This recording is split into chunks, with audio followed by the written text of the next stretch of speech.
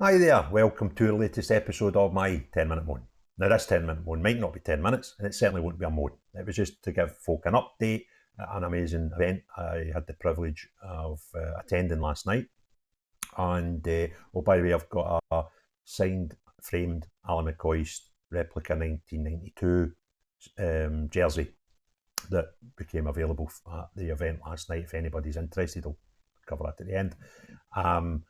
Great event. Three things were going on there. There was a lot of educational information for people who wanted to learn more about the topic. There was the opportunity to obviously spread the word of the campaign, which is to help people injured by vaccine, and the opportunity to raise some money, and that went well as well. And I had the great privilege of running the auction. I hosted the auction, and it was quite funny. It was a good laugh, and hopefully we raised a serious amount of money for the people who have been left, to be honest, to their own devices to try and find cures and remedies for some of the incredibly bizarre and frustrating and horrific symptoms that they've been left with, where the NHS can't help them. So the event, it was in the what do you call it? Classic Grand Ballroom, now it's a nightclub in Jamaica Street, the bottom of Argyle Street. In attendance, there was John Watt, Alex Mitchell, and Adam Rowland, three people who have got horrific stories about how their life was affected after their vaccine. And out of the three, I know two of them. I got to know John and Alex quite well over just the last maybe month or two, and their stories of what happened to them are horrific, but their stories of how they overcame issues and still struggle today, but are, fighting against these issues, but have went on a campaign trail are truly remarkable and inspiring. They were joined on stage by three medical professionals and a politician. And the three medical professionals are Dr. John Campbell, who's got a massive YouTube following, puts out just a lot of data-based information. He deals in the truth. Dr. Aseem Malhotra, who was just returned from the WHO conference in Geneva. Again, very intelligent man with a great experience. He's a heart specialist, so he lost his own father to a heart attack after his vaccination. And Dr. Tina Pearce, who I really, she came across really well, because her whole thing is just deal with facts. Well, to be fair, the three of them were singing off the same hymn sheet with that, quite rightly so. But Tina, very fact-based in what she discusses and her ideas to help A, COVID, and B, people recover from vaccines was very, very intelligent. And the last guest on stage was Neale Hanvey, who was, up until last week, MP in Westminster and represents now the Alba Party. And Neale does have a medical background and has already spoken about what the government and society should do for people who have got vaccine-related injuries. And I must admit, Neale has totally different opinions to me on the big ticket things like independence. But I've spoke to him a few times electronically over the last maybe week, and I found out he's a viewer of the channel. So if you're watching, Neale, how you doing? And you shouldn't be watching, actually. You need to get your arse out and start going in your constituency. You should be campaigning right now. But he did tell me he watches sometimes the videos at night to get, I've got opposite opinions to him, and he watches the videos to hear what people with different opinions are thinking. And I think that's very commendable to him. And likewise, I'd listen to his opinions. And his opinions on a lot of stuff, particularly about how society should operate, I tend to agree with.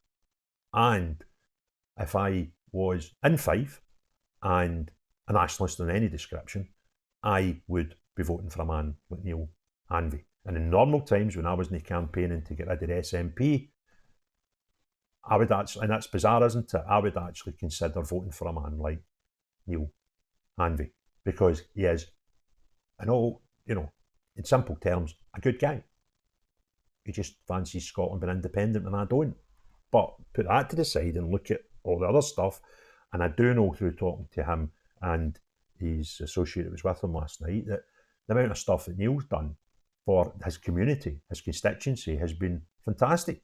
So, you know, if we're going to have politicians, bar their proposing independence, Neil, you know, you're the type of guy that should be there. And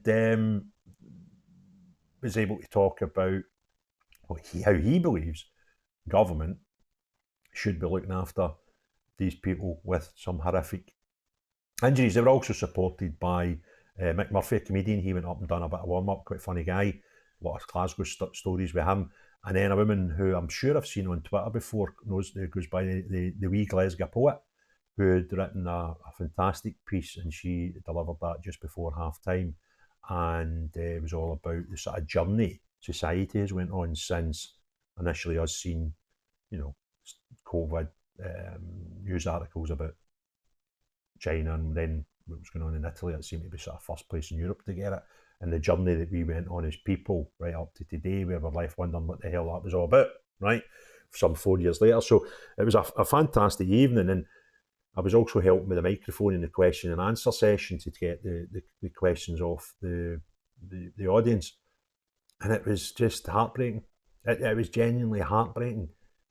The people that were there, the amount of people that were there that were just wanting somebody to give them hope on their personal journey of recovery. Because something that I've learned through my talking to John and Alex is that the NHS really don't know what to do with them. And in some instances, it's been suggested don't want to do anything with them, right? And these people, and the amount of them is just incredible. And it's frightening to try and put up a number on it, because I don't think you could. Because the way we even record data with people that have got issues with vaccines has changed in the last 2 years, which is incredible, isn't it? So it was a fantastic event. I can't thank John enough for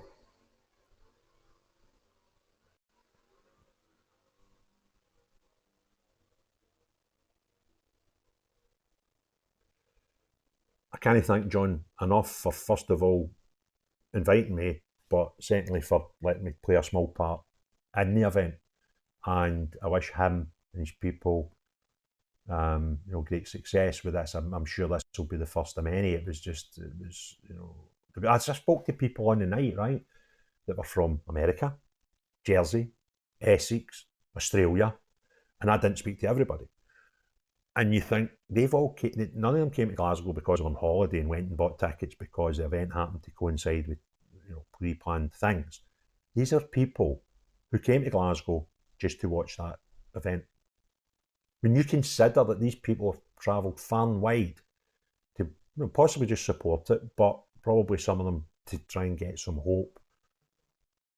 Incredible and frightening at the same time.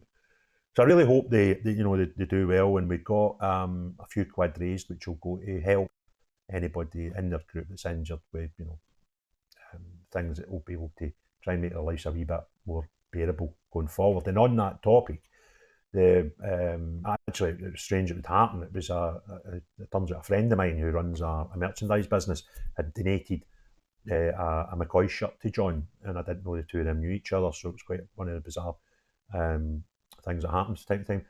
He's donated a framed, signed McCoy shirt, authenticated, certificate of authentication, from it's a replica of the 92-93, the one with the. I'll try and get a photo of John actually and stick it up now with the white shoulders that we wore against Leeds United in that first ever Champions League run. If anybody would consider it, wants it, then get a hold of me, and if we get a suitable bid, I'll sort it out between whoever wants it and John. But I would say that this sort of thing would normally be 500-700 quid. So that's the sort of money I think it would be due, and it would go to a great cause. So if you're interested in it and you know me, send a contact message. If you don't know me, either put something in the messages below or fire off an email. My email address is on the YouTube page. Okay, so well done, John. Great night. I know how much effort it is to organise events. I do lots for my football club, but to carry out that one at such a high level with such a large amount of organisation was fantastic, mate. You've done really, really well, and I hope people continue to support you in your group. All right, so enjoyed the video, give it a thumbs up, and most importantly of all, have a great day. Cheerio, bye now.